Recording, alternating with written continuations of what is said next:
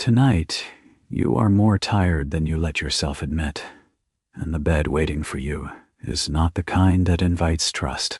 All day, your body has been moving through cold air, rough cloth, small chores, and the quiet mathematics of an ordinary medieval life.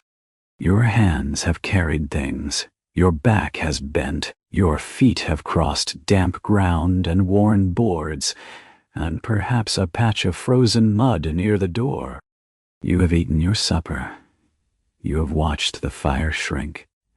You have done everything that should lead gently towards sleep. And still, one problem remains in your world. The safest way to rest is not to lie down at all. Not fully, not flat, not in the easy, trusting way a much later century might teach the body to surrender. Here, in the 1300s, a person who drops too comfortably into bed risks more than a stiff neck by morning. So people say, the chest may feel too heavy, the stomach may rebel, thick vapors may rise where they should not, dreams may darken, spirits may wander close. A body stretched flat may resemble the dead more than the living, and that alone is enough to make the room feel colder. So before sleep can take you, you sit.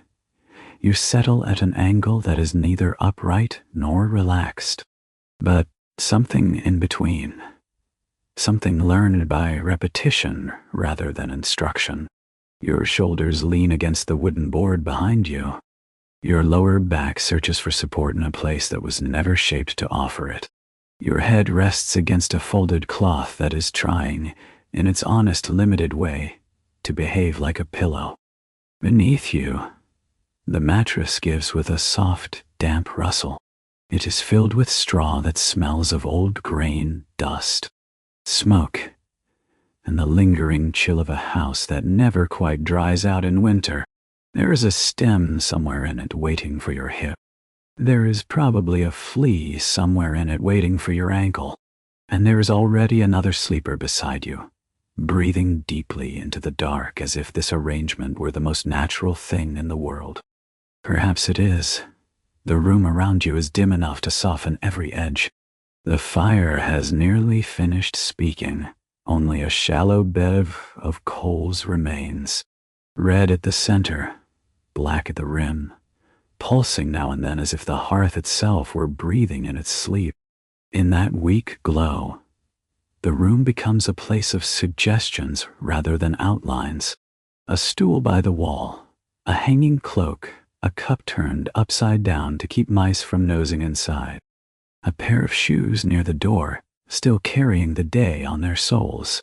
Above, low beams darkened by years of smoke in the corner. A chicken gives a sleepy little murmur and settles again. Somewhere behind the wall, something tiny scratches, pauses, then scratches once more. You draw the blanket a little higher.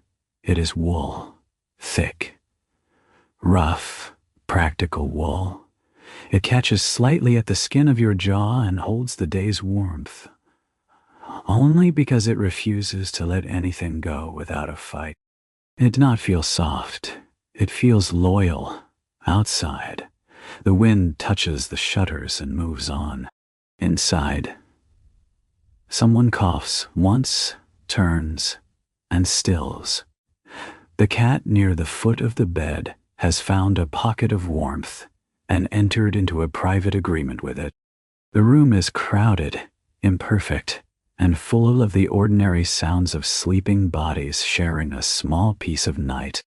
You would like, very much, to lie down, to stretch your legs, to let your spine lengthen, to lower your head and dissolve into a softness that does not ask you to negotiate with it.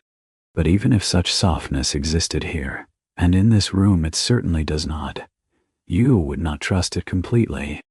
Not after hearing the things people say, not after growing up in a world where the body after dark is treated like a suspicious little kingdom full of hidden weather. That is why this night must be entered carefully. Do not worry. There is no need to solve any of it. You do not have to judge the bed, or the room, or the century that shaped them.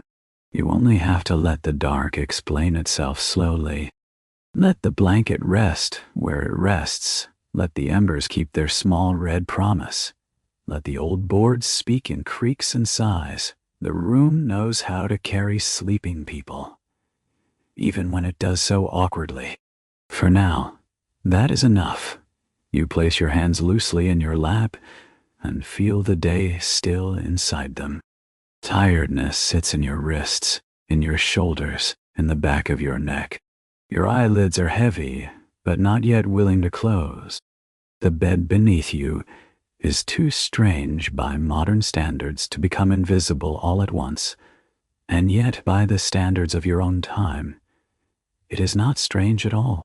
It is simply a bed, a short one because people curl, a narrow one because timber is dear, warmth is precious, and private space is a luxury few homes can spare. A shared one because one body alone wastes heat, and a night is easier to survive when breath and cloth and warmth are pooled together. A raised one if the household is doing reasonably well, because even a little distance from the floor means less damp. Fewer drafts, fewer creatures, fewer reasons to wake up miserable. Its mattress is a sack stuffed with straw. Its sheet is linen gone rough from years of washing, folding, drying, and being pulled into service again. Its ropes beneath are honest ropes, tightened by hand, stretched across the frame to keep the whole arrangement from collapsing into a sagging apology. When you shift, the bed answers. A soft creak, a rustle, a complaint so familiar no one bothers to resent it. There is no pillow in the luxurious sense, no cloud of goose down, no generous support waiting to welcome the shape of your neck. Instead, there is a folded garment, a rolled cloak, a wedge of fabric, perhaps a bolster if the family owns one. These things are not there to pamper the body. They are there to hold it at the proper angle. The head must remain a little raised. The chest should not sink too low. The sleeper should look like someone resting under caution, not someone who has yielded completely to the night. You fit yourself into that logic the way everyone does. A shoulder tucked, a knee drawn up, an ankle angled under cloth, a chin lowered just enough, an entire little architecture of sleep, built from habit, fear, and practical adjustment. And once you stop expecting comfort in the modern sense, the room becomes easier to inhabit. Not soft, not kind, but understandable. That matters more than it might seem, because the body in your century is never simply the body. It is a thing full of balances and disturbances, inward tides and dangerous excesses, washed over by custom, rumor, and fragments of old learning repeated until they begin to feel like weather. People have heard the teachings, if not from a physician directly, then from someone who heard them from someone else who knew how to speak in confident tones. The body contains humors, blood, phlegm, yellow bile, black bile, warm and cold, wet and dry. Every person is thought to carry these inward materials in some uncertain harmony, and every illness seems to prove how easily that harmony can fail. At night, this uncertainty grows more serious after supper. The stomach is at work. The chest must not be burdened. The head must not be flooded. Vapors must not rise too freely. Breath must not be trapped. Food must not climb back toward the throat in rebellion. A body stretched flat may allow the wrong things to gather in the wrong places. At least that is the theory. And when theory is all a century has, theory becomes furniture. So the bed is made to support the belief, and the belief, repeated over generations, teaches the body what shape to take. Your own supper still sits warm and plain somewhere deep in you. A little pottage, perhaps, bread, onion, ale thinned enough to behave itself. Nothing grand, nothing excessive. Yet even a simple meal can feel dangerous if the room around it believes digestion is a delicate night labor easily disturbed by foolish posture. Lie down too soon, they might say, and the stomach sends its troubles upward. Sleep too low and the chest grows heavy. Eat too well and then flatten yourself under blankets. And perhaps you wake coughing, choking, or not at all. No one says these things with the detached calm of science. They say them with the seriousness of households trying to survive. That seriousness changes how you rest your own body now. You sit higher. You tuck the blanket more carefully beneath your arms. You lift your chin, then lower it again when the neck protests. You let the board behind you hold some of your weight, then move a little when a knot in the wood begins to press through cloth into bone. You are not achieving comfort. You are entering a ritual, a crude one, a practical one. A ritual built not from certainty, but from the hope that caution may succeed where understanding does not. Across the room, someone clears their throat. A sleeper turns. The cat opens one eye, judges the event irrelevant, and returns to whatever dream cats were having before human discomfort complicated the room. Outside, the wind strokes the wall once more. Inside, the embers breathe, and slowly, the awkward angle of your body begins to feel a little less like punishment and a little more like care. A strange care, perhaps, but care all the same. It shapes the things under your head as well. In another age, a pillow might be expected to delight. It might receive the head. It might cradle. It might promise softness before sleep has even begun. Here, that promise would seem faintly suspicious. Too much ease has a way of making moral people nervous. In some homes, softness is not only costly, it is questionable to enjoy a bed too much, to sink too gladly into it, to look too pleased by warmth and padding and perfect support is to invite muttering from those who think discomfort keeps the soul tidier. So the pillow, if one can honestly call it that, remains firm, sometimes very firm. A roll of cloth, a folded cloak, a sack with a little chaff inside, a wedge designed less to soothe the neck than to keep the head where the household believes the head should be. In stricter or poorer places, the support can be so hard and so slight that your body does most of the real work while the object beneath it merely offers a token of cooperation. Even in houses wealthier than yours, where bolsters may be embroidered and feather filling may soften the edges of things, the purpose remains posture before pleasure. You test the cloth behind your head again. It yields just enough to remind you it is fabric, not wood, and just little enough to remind you not to ask too much of it. One edge presses the base of your skull, another bunches against your shoulder. You adjust once, then again, then decide the problem is not the pillow, but the century. The thought almost makes you smile. That tiny half-smile matters. Sleep content lives in small mercies. The body is remarkably teachable when the same conditions return night after night. What once would have felt impossible becomes merely inconvenient. What is merely inconvenient becomes familiar. What is familiar begins, in a narrow way, to soothe. You do not love the hard support. You do not admire it. Yet your muscles know what to do with it. The neck settles. The jaw unclenches. The head finds a compromise. This, too, is a kind of rest for a little while. You listen rather than think. The room has many quiet languages, cloth sliding over cloth, a dull click from cooling wood, Someone scratching under a blanket with sleepy determination. A sleeper's breath catching, then smoothing itself out. A mouse, perhaps behind the wall or under the floor.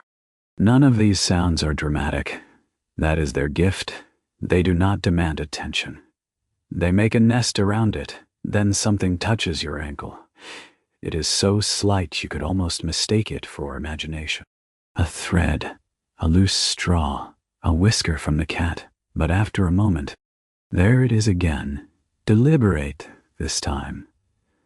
A tiny moving point that does not belong to the blanket and does not belong to any dream. You go still, not out of panic, just recognition this bed, like most beds in this century, belongs to more lives than the human household would prefer to acknowledge. Fleas, perhaps, lice, if the season and circumstance have been unkind enough. The endless little republic of things that thrive where wool, straw, skin, warmth, and many bodies stay close for long periods of time. They are as old a companion to sleep as the blanket itself, and no amount of indignation has ever convinced them to leave. You resist the urge to slap at your ankle. Sudden movement wakes others and solves very little. Instead, you draw the blanket higher, tuck your feet more carefully under the edge, and feel a quiet, grim satisfaction in the way your posture keeps your face, neck, and chest a little farther from the restless life below. This is one of the practical secrets hidden inside the custom of sitting up to sleep. The body raised above the mattress is not safe, but it is less available, the shoulders wrapped, the chest higher, the neck less exposed. The face not presented so generously to the world in a time without sprays, sealed bedding, or weekly habits of hot washing. Even a small advantage begins to feel like wisdom. Angle becomes defense, layers become armor, a tucked blanket becomes strategy. People try everything, of course. Rosemary, wormwood vinegar, nettles, garlic. Because there are few things garlic has not been asked to solve in human history. Some households be betting hard and hope for the best. Some boil cloth when they can spare the effort. Some trust smoke, some trust strong smells. Some trust prayer, most trust endurance. Even wealthy homes do not fully escape. Silk may feel finer, linen may be changed more often. Servants may shake out blankets and inspect seams and hold candlelight to the folds of expensive mattresses. Yet a flea does not respect status. The smallest hungers are often the least impressed by rank. Another itch arrives, this time at the back of your knee. You deal with it through the cloth, rubbing slowly, careful not to shake the bed. Relief comes briefly, almost luxuriously, then fades. Nearby, someone else scratches more openly, then lets out a sigh so deep and resigned it could belong to the entire century. You are not alone in this battle. That helps sleep, in a room like this, is rarely solitary in any sense. Not in heat, not in sound, not in discomfort. Not even in the little compromises bodies make with cold and fabric and creatures too small to negotiate with. Everything is shared, and yet that sharing softens things. You pull the blanket up again, settle your shoulders, and imagine the tiny enemies of the mattress losing interest, or at least choosing a less defended target.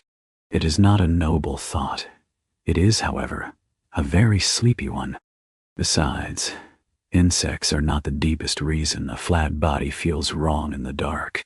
The deeper reason lies in resemblance. A person stretched out beneath cloth does not look entirely asleep to the medieval eye.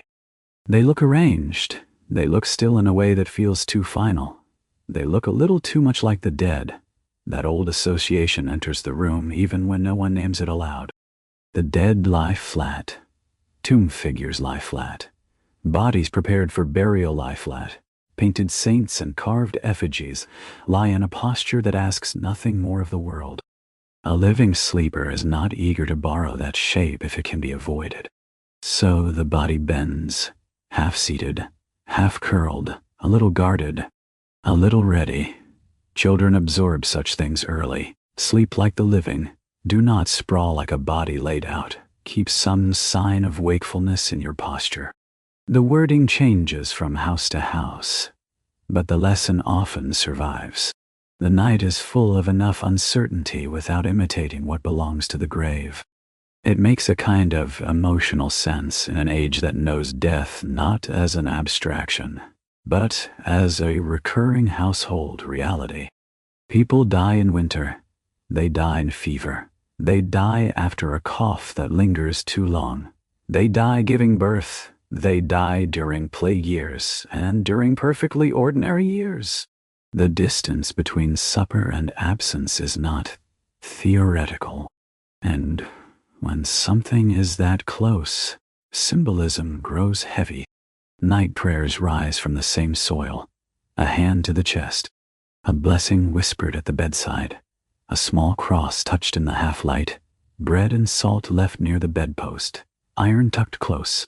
A saint's name remembered not because memory is perfect, but because fear often makes people reach for whatever language remains nearest. You glance toward the door, where a small wooden cross hangs, almost swallowed by shadow. In the ember light, it is barely more than a shape, but that is enough. It does not have to prove anything. It only has to be there.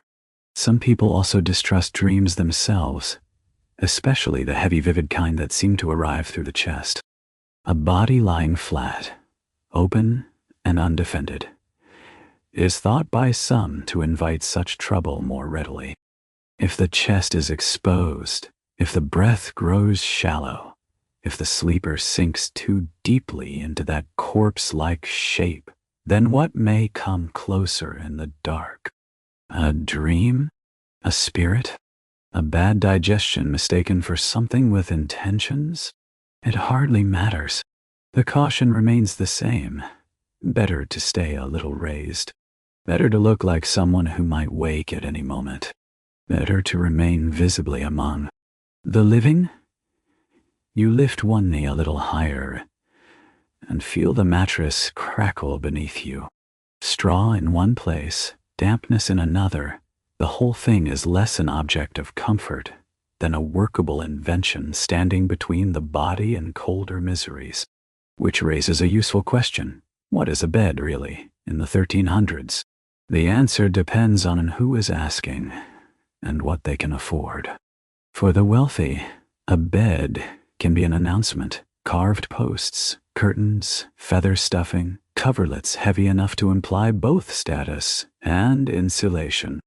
A proper chamber, chests nearby, linens carefully folded, servants to manage the arrangement, a whole architecture of importance built around the act of sleeping. For ordinary households, the word bed must stretch farther. It may mean a rope frame like yours, if fortune and carpentry have cooperated. It may mean a pallet of straw and cloth. It may mean a bench near the hearth. It may mean a loft corner under the roof where warmth rises and leaks arrive in equal measure. It may mean a place that serves as storage by day and rest by night. A house does not always have separate spaces for separate purposes. The same room that cooks, eats, mends, stores, and shelters by daylight often becomes the whole geography of sleep after dark. Your own bed does several jobs at once. It keeps you off the floor. It gathers warmth. It holds more than one body. It protests every movement without actually failing. This alone makes it respectable furniture. Below you, the ropes are tightened across the frame with practical determination.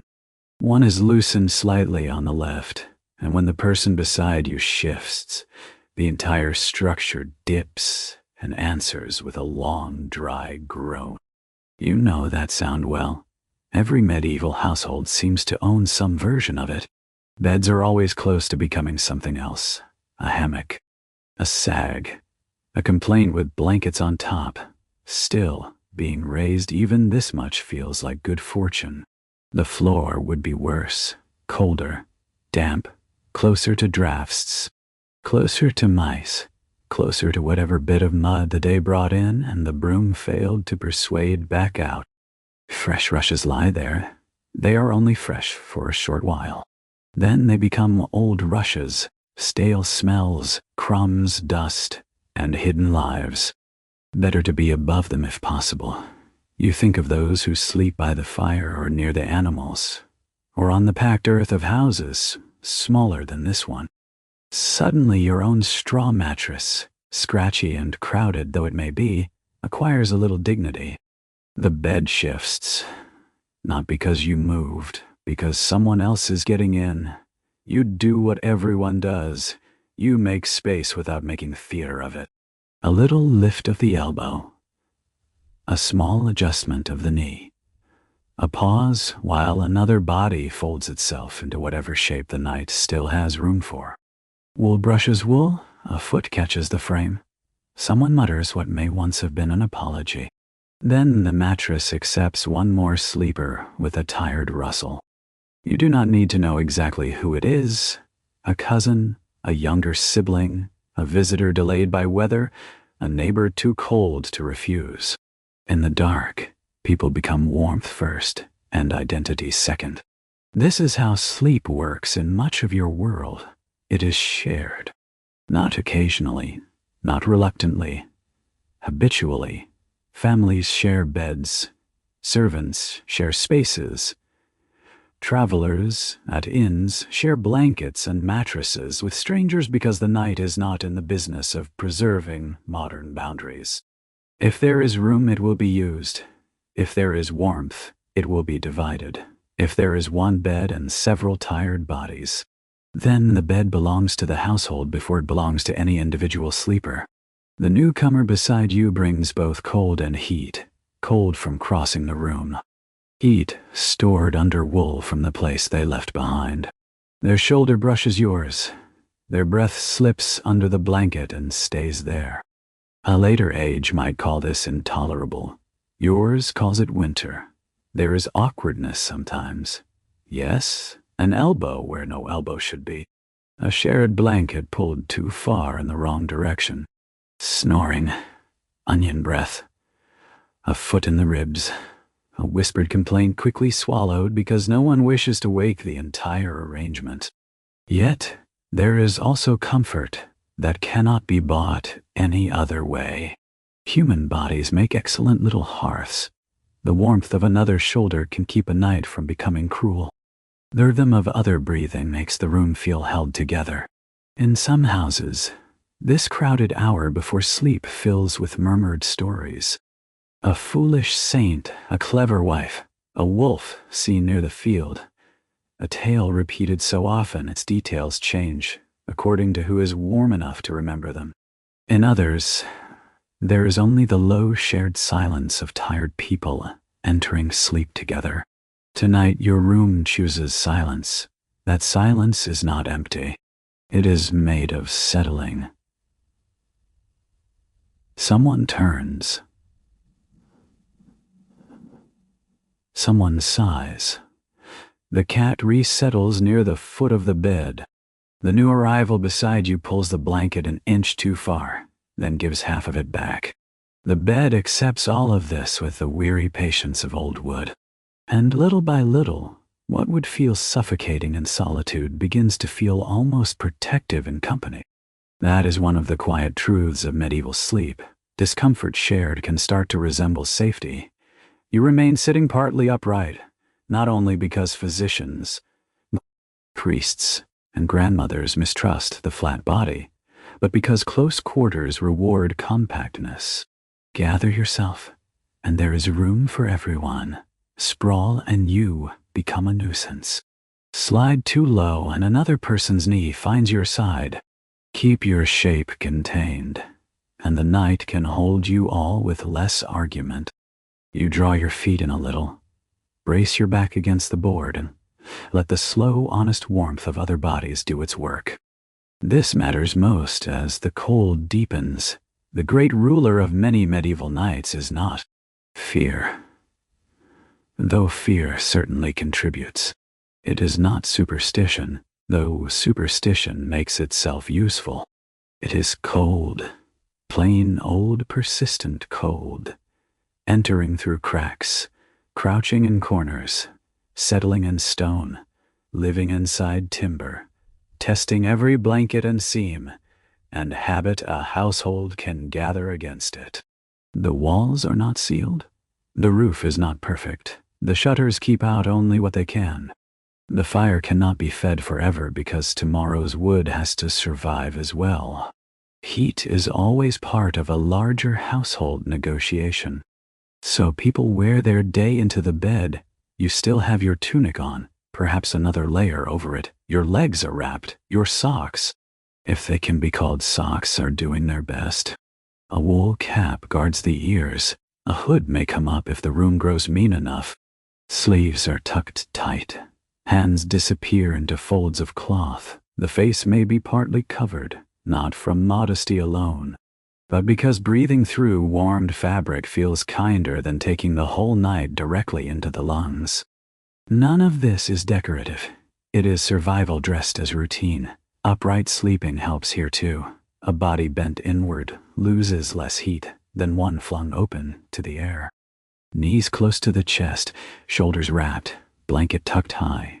A flat sleeper offers too many openings to the cold. A half-curled, half-seated sleeper builds a little chamber out of fabric, breath, and stubbornness.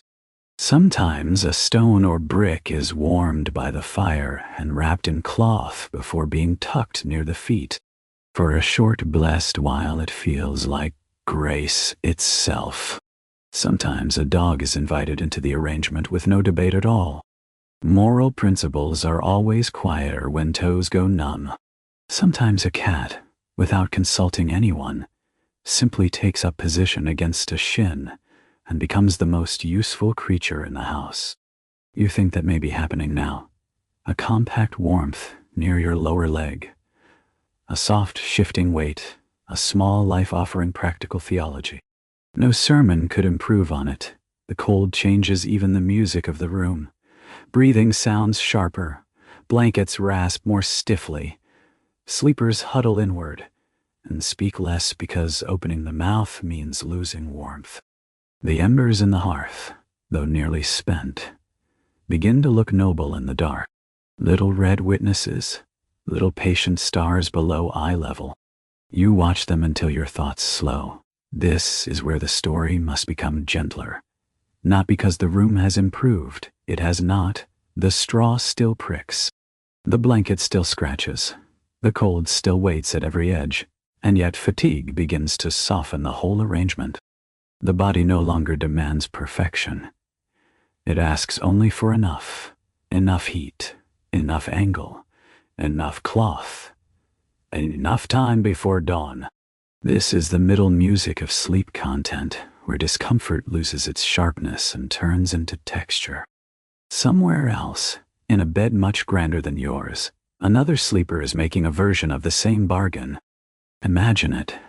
A chamber larger than this room. Curtains around the bed, a frame tall and carved, perhaps with leaves or saints or family devices worked into the wood, feather mattresses instead of straw, fine linens instead of rough household cloth, coverlets heavy enough to speak of both wealth and warmth. Perhaps a servant has warmed the bed with a pan of coals and withdrawn just in time. Perhaps small dogs lie near the feet. Perhaps the sleeper's cap is linen, not coarse wool. Perhaps the candle burns cleaner. Perhaps the room smells less of onion and more of beeswax. And still, even there, the upper body is raised. That is the lovely little equality hidden beneath all the difference. Wealth buys softness, beauty, privacy, cleaner linen, warmer layers, and a gentler entry into sleep. It buys attendants to shake and fold and arrange and repair. It buys better versions of nearly every material sorrow, but it does not buy complete confidence in a flat sleeping body. A noble household still fears indigestion, still respects posture, still dislikes the idea of chest weight, rising vapors, dark dreams, spiritual vulnerability, and the visual scandal of a sleeper arranged too much like a corpse. So even under silk and velvet, the night asks the same question it asks here. How far do you trust your body when it sleeps?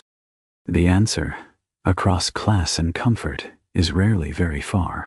That thought should make envy easier to set down. Their bed may be higher, softer, finer, quieter. But the old uncertainty reaches through curtains just as well as through cracks in a shutter. You adjust your own blanket, feel the rough edge against your wrist, and lean a little more fully into the support behind you. It is only wood, worn wood, smoke-dark wood, yet by now it has learned the shape of many tired shoulders, and tonight it learns yours as well. This is enough. Enough to let first sleep approach. It comes gradually, the way darkness deepens after sunset. Not all at once, but by small, irreversible degrees. Your hands loosen first, then your jaw. Then the little alertness around the eyes begins to fade. The room has offered all the information it intends to offer. The bed has been negotiated with, the blanket has been arranged, the shared warmth has done what it can. Thoughts linger only in fragments now. The taste of bread, the smell of smoke in your sleeve, a face seen earlier in the doorway, the sound of a bucket set down in another part of the house. Then even these begin to drift apart. Your head dips once and rises again and rises more slowly. The room moves farther away by very gentle measures. A coal settles. Someone breathes deeply beside you. The cat becomes only warmth. This is first sleep. No one needs to explain it. It belongs to the body as naturally as the dimming of the fire. The world loosens its grip. The mind stops stitching one moment to the next. Sleep does not descend like a curtain. It draws back from you like shoreline. And without noticing exactly when, you begin to float. Later, you wake, not with fear, just awareness. The room is darker in some ways and paler in others. The coals have settled into a lower glow. Someone who was beside you has shifted. Someone else now snores with the steady solemnity of a person, convinced they have earned the right. The blanket has slipped a little. Your neck is stiff. Your mouth is dry. The house feels as though it is holding its breath between one part of the night and the next. This waking is ordinary, expected even. In your century, many people do not imagine sleep as one long, uninterrupted descent. They know the night in parts. First sleep, waking. Second sleep. Not failure, not disturbance. A pattern, a rhythm that leaves room for embers. Prayer, thought, private conversation, a short walk, a trip to the chamber pot, a swallow of watered ale, a crust of bread, or simply a few quiet moments of being awake in a world that has not yet begun again. You sit in that middle hour now. It has a different texture from daytime wakefulness. The mind here is softer. It wanders more freely. It notices odd things. The shape of shadow under the stool, the faint smell of damp wool warming under many breaths. The way the house seems larger when everyone inside it is silent. The way time at night feels less like marching and more like drifting on slow water. Somewhere far off, a bell sounds, church or monastery. It hardly matters. Its tone reaches the room thinly, as if crossing not only distance, but sleep itself. Somewhere men are rising by custom or rule, gathering wool around themselves, stepping onto cold stone, lifting prayer into dark air. You imagine them for a moment. Then the image fades. Your own concern is smaller, more human. You reach beneath the blanket and find the bit of bread you tucked away earlier. It is hard now, a little stale. Exactly right. You chew slowly. Grain, dryness, a trace of comfort. In this hour, even plain food can feel companionable. Some would say a little bread helps invite second sleep. Perhaps it does. Or perhaps the body simply likes to be reassured. It has not been forgotten. The bed shifts again as someone nearby mutters in a dream.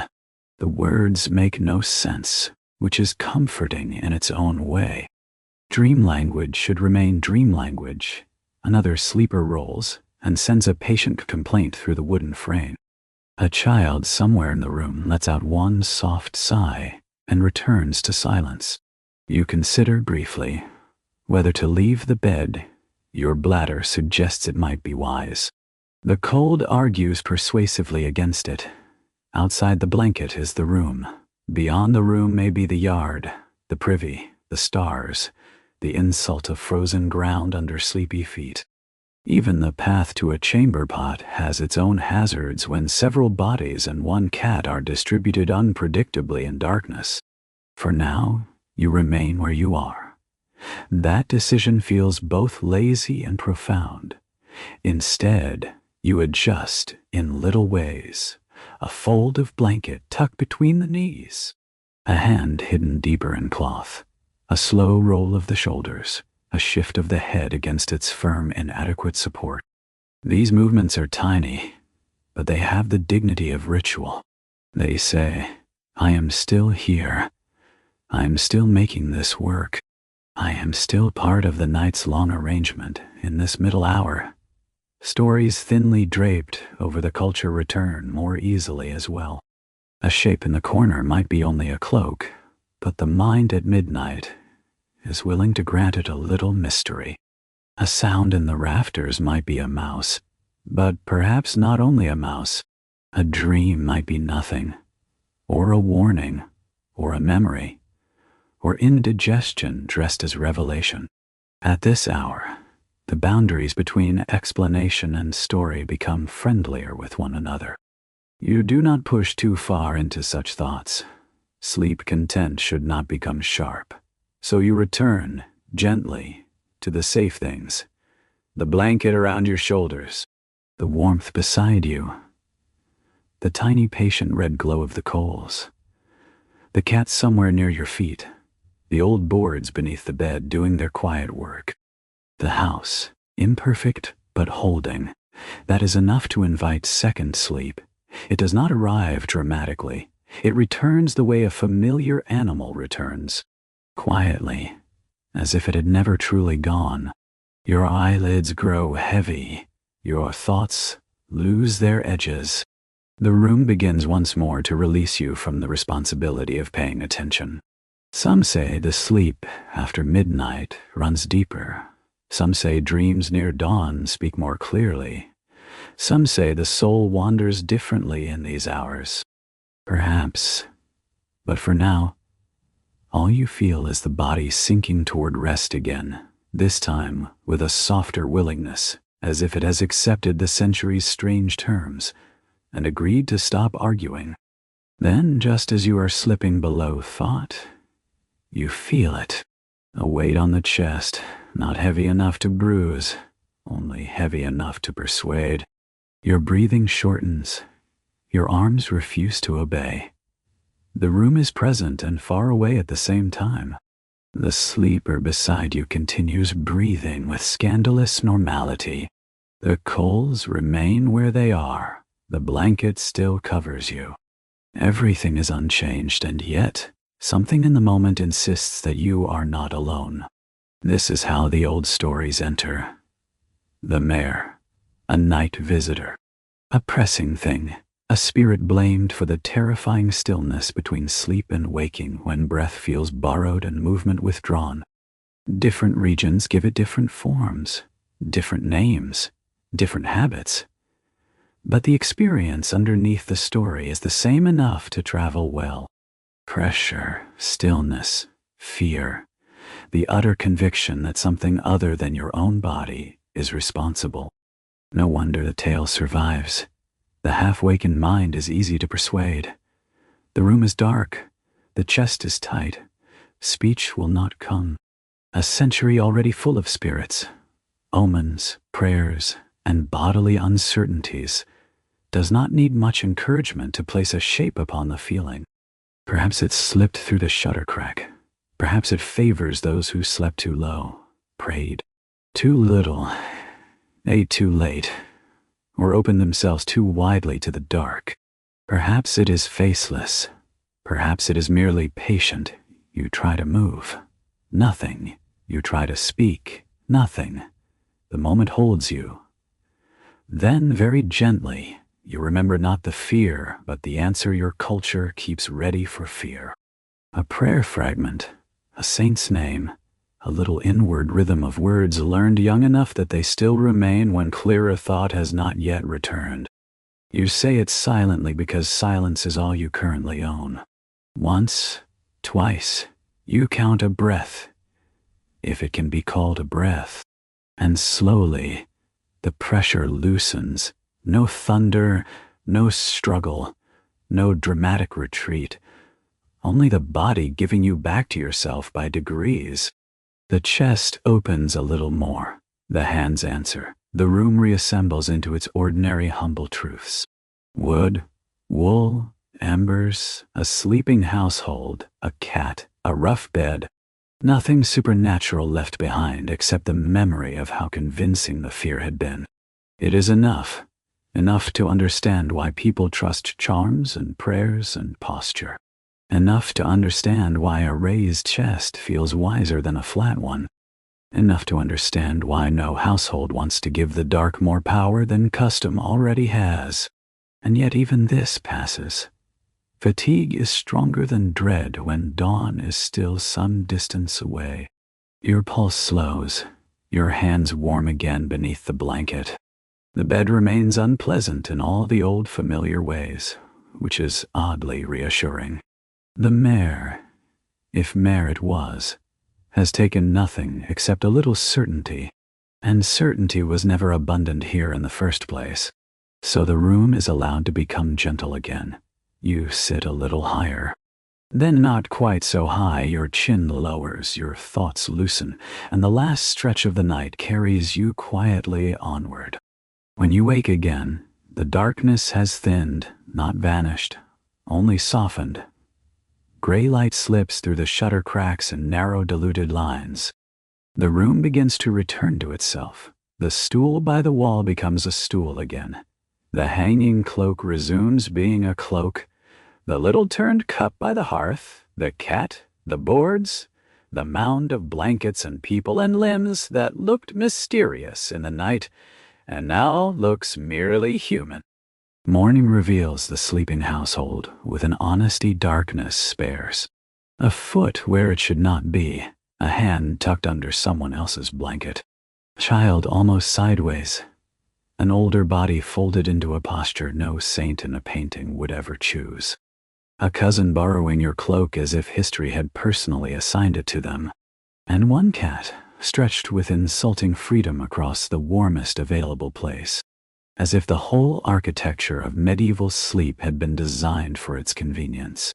You are in a heap of humanity, and somehow the heap has worked. That may be the quiet wonder of sleep in this century. Not that it was comfortable. It was not. Not that it was private. It certainly was not. Not that it was guided by knowledge we would call precise. It was guided by something older and messier than precision. Fear, observation, tradition, religion, weather, bodily instinct, household necessity, all woven together, all asked to do the work of certainty. And still, through all of that, people slept, not perfectly, not gracefully, not always flat, not always alone, but enough. Enough to cross another night, enough to wake sore and still alive, enough to let the body believe, for a few hours, that the rough room around it had become a kind of shelter rather than merely a place to endure. Someone nearby opens their eyes and does not yet move. Another sighs and begins the slow return to morning discomforts. The person beside you lifts their head from their chest with the dazed dignity of someone who slept badly and intends not to discuss it. Your own shoulders complain. Your neck offers its opinion. Pins and needles visit one arm, the lower back, faithful to the customs of the age, remains unconvinced by everything. And yet, beneath all of that, there is a quiet satisfaction. You made it through. The century's strange logic held, or perhaps the house did, or the blanket, or the warmth of the other bodies beside you, or simple human tiredness, stronger than every theory built around it. Perhaps all of these at once, for one lingering moment. Before the room fully belongs to daylight again, you remain where you are, wrapped in wool, propped against wood, looking at the gray light as it spreads across the room like watered milk. This is the hour when fear looks a little smaller than it did in darkness. The insects are still here. The straw is still terrible. The boards still creak. The theories of digestion remain deeply self-confident. The dead still lie, flat in tomb and memory. The rich still own better versions of the same uncertainty. All of that remains true, but morning makes the truth gentler. The room held you. It held all of you. The smoke-dark beams, cracked walls, the rough mattress, the shared blanket, the breath of sleeping bodies, the patient embers, the cat, the prayers half remembered, the posture passed from one generation to the next without anyone ever fully proving it right. All of it together carried a little human bundle of night safely toward dawn. That is enough to respect. You glance once more at the bed beneath you. Straw flattened by use, cloth creased and borrowed by several bodies at once, rope frame still holding. Nothing about it invites romance. Nothing about it needs contempt either.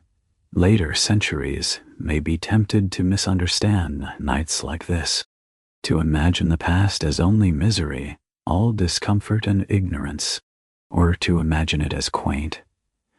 Some charming little rustic pageant of candles and wool and old-fashioned habits. It is neither. It is simply a night, a hard night, a shared night, a survivable night. Outside, a bird begins before the light has fully earned it. Another answers. The sounds enter delicately, as if they know people are still hovering near sleep. The cat stretches. A child makes a sleepy sound. Someone's stomach complains about the lateness of breakfast. The world is beginning again in small domestic ways. You feel, for one brief, mischievous moment, the temptation to stretch flat at last, just for a breath, just enough to ease the spine, just enough to feel what the body has been denied all night. Perhaps you even do. A little. Secretly, no one watching closely enough to object. Yet even then, some part of you remains guarded. The old lesson does not vanish simply because the shutters are growing pale. Once a culture teaches the body how to fear and how to soothe itself, the teaching lingers in muscle as much as in thought. So you let your head rest back only a little, not fully, never fully, just enough. The story does not end here. It only thins. Soon the bed will be shaken out, blankets folded or dragged aside, the room returned to daytime duties, the coals stirred, water fetched, bread cut, work resumed, and tonight, or tomorrow night, or on some other winter evening when the air grows sharp and the shutters begin to murmur under wind, the whole ritual will return. Supper, embers, wool, posture, blanket, shared warmth. First sleep, waking. Second sleep, a prayer, a dream, dawn again. Somewhere, in another house, under another roof of thatch or timber or stone, another tired person is already sitting at the edge of a narrow bed, touching the rough cloth beneath them, feeling the day leave their bones, and deciding that half upright in the dark is safer than trust. For now, though, the morning is still gentle. The coals wait. The light grows. The room breathes, and you, wrapped in the old patient logic of the night, linger at the edge of waking a little longer, held between the last softness of sleep and the first pale demands of day.